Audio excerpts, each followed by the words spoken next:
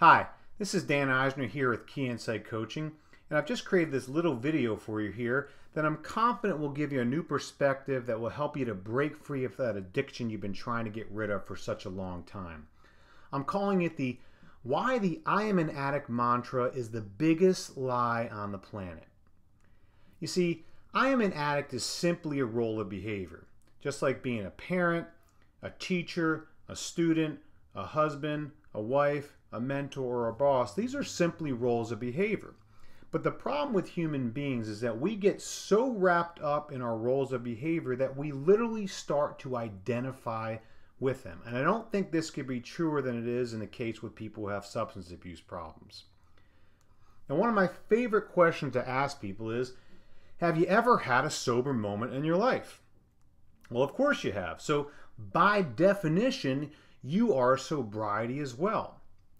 Now, even though NA and AA, they've done a lot of great things for this world, they do have one fatal flaw, and that is that every single time you go there, they make you say, I am an addict, I am an addict, I am an addict. Or maybe if you've been going for a while, you've graduated, and now you are a quote-unquote recovering addict.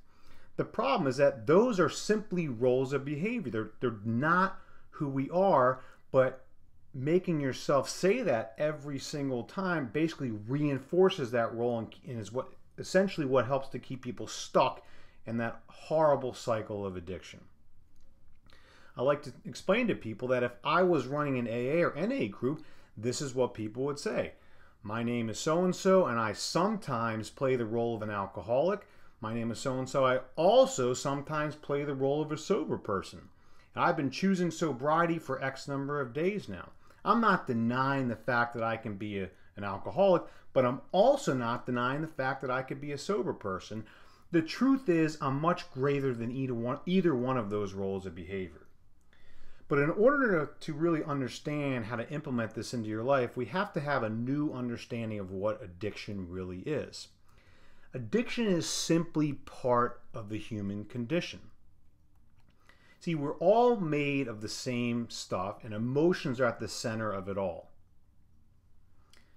Emotions are, in fact, the most addictive chemicals in the universe. One of the discoveries that they made several years ago is that the same cell receptor sites that heroin binds to are the same cell receptor sites that our emotions bind to. So any personality problem that a person may have is really an addiction. Being a complainer, an addiction. A control freak, an addiction. Worrier, overeater, know-it-all, drama queen, road rager. These are all literally chemically based addictions. Now, most people don't really think of them the same way, and they're so ignorant to this fact that they start to judge people who have substance abuse issues, and they look down on them. What they don't realize, of course, is that this is a unconscious way of giving them a false sense of security. We really push other people down to make ourselves feel better, when the truth is, on the inside, we're really hurting. I know this might sound strange, but the fact is, when we judge another person, we simply don't feel very good about ourselves. So, just to illustrate how addiction is all about emotion, I've got this little diagram for you here. I like to think of emotion as just like clouds in our head. So what happens is we might get a little upset about something and there's a little cloud. Now, if we weren't addicted to our emotions and we're taking a deep breath, or we were doing any number of a million things that we knew would give us relief, it wouldn't be such a problem. But because we are so addicted to our emotions and we start reacting and saying things like, oh my God, I can't believe this is happening again, and I can't believe I'm stuck, and oh my God, what if I don't have enough money, and all these things, in a millisecond, that can be what happens. Now, if I choose to go do one of those addictive behaviors that I know is not in my best interest, like for me, going to Dunkin' Donuts, what's going to happen is even the mere thought of that is going to make those clouds go away. And I'm going to eat a couple donuts, I'm going to have my large cup of coffee, and the next thing I know, I'm feeling all better. Of course, later on, it comes back tenfold. Now, just to illustrate how this really has nothing to do with the chemical or the substance or even, food, a lot of time, I want to show you this diagram. A lot of times I may wake up in the morning and I might be feeling like this, very clouded. And I might get the thought, you know what, maybe I'll just stay in bed an hour longer. Well, simply that thought of staying in bed takes away a little of that pain. And then I might say to myself, you know what, maybe I could just call out sick. And oh my God, do I start to feel a lot better then? And then I feel so good, just like an alcoholic or someone who's addicted to heroin might feel.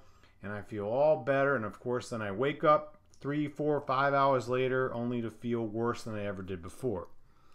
So this is just to illustrate that, again, the addiction is secondary to our emotions. And the key to really breaking free of all of this is to start understanding how our emotions work. And the key to that is to develop what is called emotional intelligence. That's really about getting smart about our emotions, understanding what makes us react, and understanding how we can respond to our triggers in such a way that we can be more productive in our lives.